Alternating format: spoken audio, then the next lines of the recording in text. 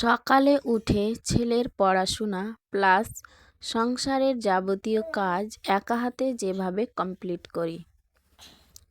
আসসালামু আলাইকুম বন্ধুরা, তোমরা সবাই কেমন আছো? আশা করি আল্লাহর দয়ায় তোমরা বেশ ভালো আছো। আলহামদুলিল্লাহ, আমরাও বেশ ভালো আছি। তো প্রতিদিনের মতো নতুন দিনে আর একটা নতুন ভিডিও নিয়ে হাজির হয়েছি। তো দেখতে থাকো বন্ধুরা, আজকের ভিডিওটা তোমাদের কাছে তো ভিডিওর শুরুতে বলবো, যে যেখান থেকে এই মুহূর্তে আমার ভিডিওটা দেখছো, আশা করব একটা ছোট্ট লাইক দিয়ে আমার ফুল ভিডিওটা কন্টিনিউ করবে।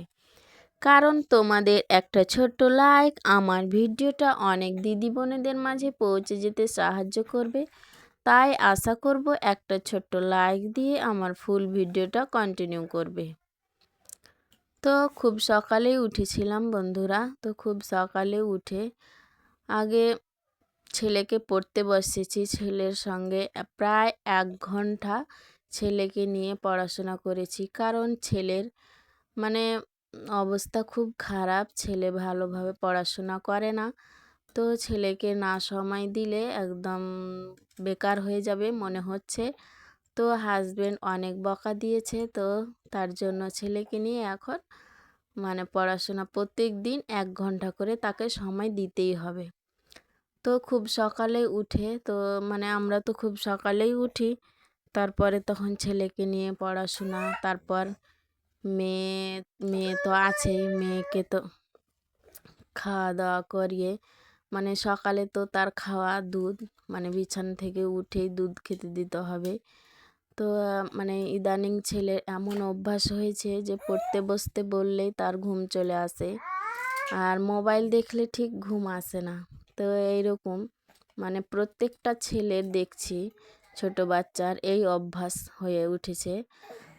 এমন তাদের অভ্যাস হয়েছে যে তারা মোবাইল দেখলে তাদের ঘুম আসে না, কোথায় চলে যায়। আর পড়তে বসতে বললেই ঘুম চলে আসে। বই নিয়েই আগে ঘুমিয়ে পড়বে, কোথায় ঘুম থাকে একবারে চলে আসবে।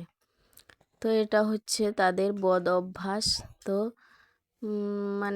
ওরা তো বুঝে না যে আমাদের ভবিষ্যৎ কি হবে না হবে, তো ওটা নিয়ে তাদের ভাবনা চিন্তা নেই। কিন্তু ওরা মনে করছে যে পড়া থেকে যদি ছাড় পায় তাহলে কি আমাদের ভালোই হবে, কিন্তু পড়াশোনাটা যে করতেই হবে সেটা আর বোঝে না।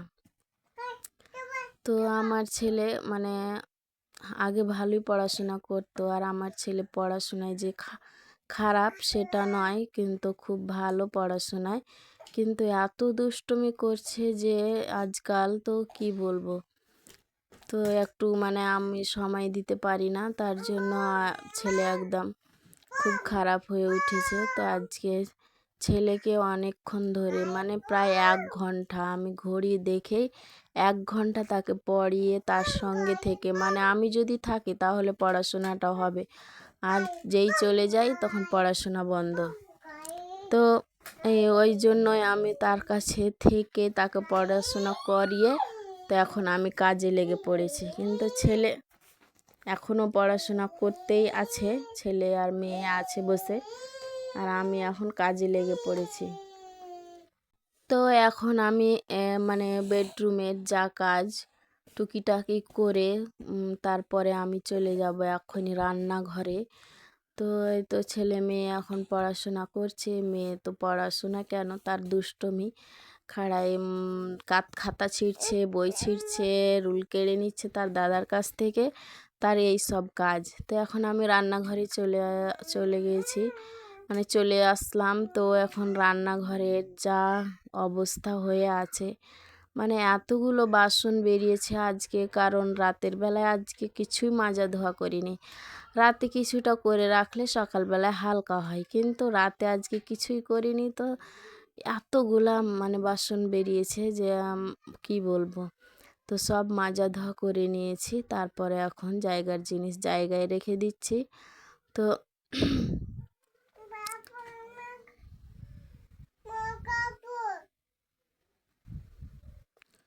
তো এখন আমি যেটা যার জায়গায় সেই জায়গায় মানে রেখে দিচ্ছি, তারপরে আমি রান্না বান্না শুরু করব। তো আবারও বলি যে আমার ভিডিওতে মানে আমার চ্যানেলে যে নতুন দিদি বোনেরা এসেছো বা আমার ভিডিও প্রথমবার দেখছো তাদের বলি যে আমার ভিডিও যদি দেখতে তোমাদের ভালো লেগে যায় তাহলে আমার চ্যানেলটা সাবস্ক্রাইব করে পাশে থাকা বেল আইকনটা প্রেস করতে ভুলবে না। কারণ এতে করে যেটা হবে যে আমার ভিডিও ছাড়া মাত্রই তোমাদের কাছে সবার আগে নোটিফিকেশন পৌঁছে যাবে, তখন তোমরা সময় সুযোগ করে দেখে নিতে পারবে। আর যারা অলরেডি এই কাজটি করে দিয়েছো তাদেরকে অসংখ্য ধন্যবাদ। তো ভয়েস দেওয়ার সময় মেয়ের খুব নয়েজ আসছে, তো বন্ধুরা একটু মানিয়ে নিও, কারণ মেয়েকে থামানো যাচ্ছে না, মেয়ে এত দুষ্টুমি করছে। কিন্তু ভয়েস দিতে দিতে কেটে কেটে ভয়েস দিচ্ছি, কিন্তু তবুও সেই থামছে না, তো তার নয়েজ চলে আসছে। তো একটু মানিয়ে নিও বন্ধুরা, প্লিজ ক্ষমা করে দিও। তো এখন আমি এক্ষুনি রান্নাবান্না শুরু করব। তো হাজবেন্ড তো চলে গিয়েছে দোকানে আমাদের উপরে, সকাল সকাল উঠে আমাদের উপর রেগে মেগে আবার তারপর তখন চলে গেল হাজবেন্ড দোকানে। আর আমি আর আমার ছেলে তো কি বলবো, আমার মানে হাজবেন্ড খুব রাগী, মানে রাগলে একদম মুখ লাল করে দিবে এমন রাগ। আর ভালোর সময় খুব ভালো, কিন্তু ভালো মানে যতটা রাগী তার চাইতে বেশি ভালো। তো যাই হোক, তো এখন সব কিছু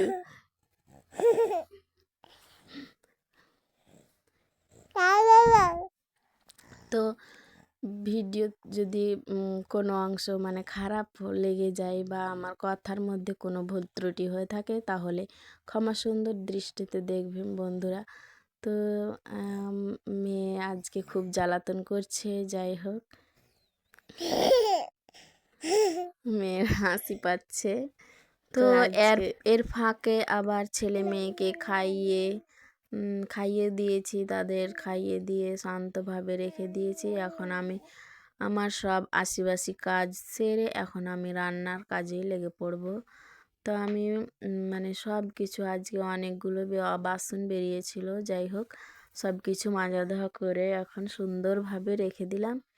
তারপরে তখন আমি মানে ছেলে মেয়েকে খাইয়ে দিয়েছি, হাজব্যান্ডকেও মানে দোকান পাঠিয়ে দিয়েছি, যার মানে তার যেটা কাজ সেটা করে দিয়ে তারপরে এখন আমি আবার রান্না করতে চলে এসেছি। আজকে রান্না করব, কারণ আজকে ছেলের স্কুলে যাব, তো তাড়াতাড়ি করে রান্নাটাও করে নেব।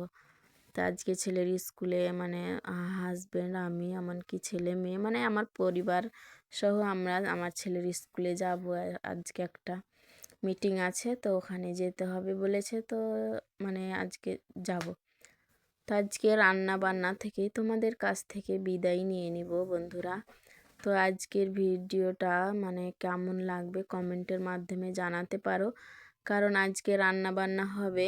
ভাত তো থাকছে, ভাত কিন্তু আগেই রান্না হয়ে গিয়েছে, মানে ভাত বসিয়ে আমি তরকারি কাটাকুটি করতে বসেছি। তো আমি ভাত রান্না হয়ে গেছে অলরেডি। তারপরে আজকে হবে বেগুন ভাজা আর বাঁধাকপি আলু টমেটো দিয়ে ভাজা, আজকে এইসব রান্না বান্না। তো আর বেশি কিছু না, মানে এইভাবে আমি কম কম করে রান্না করে থাকি। তো আজকে মাছ মাংস কিছু নেই, শুধু এইভাবে এইগুলো দিয়ে আমাদের আজকে চালিয়ে নিতে হবে। তো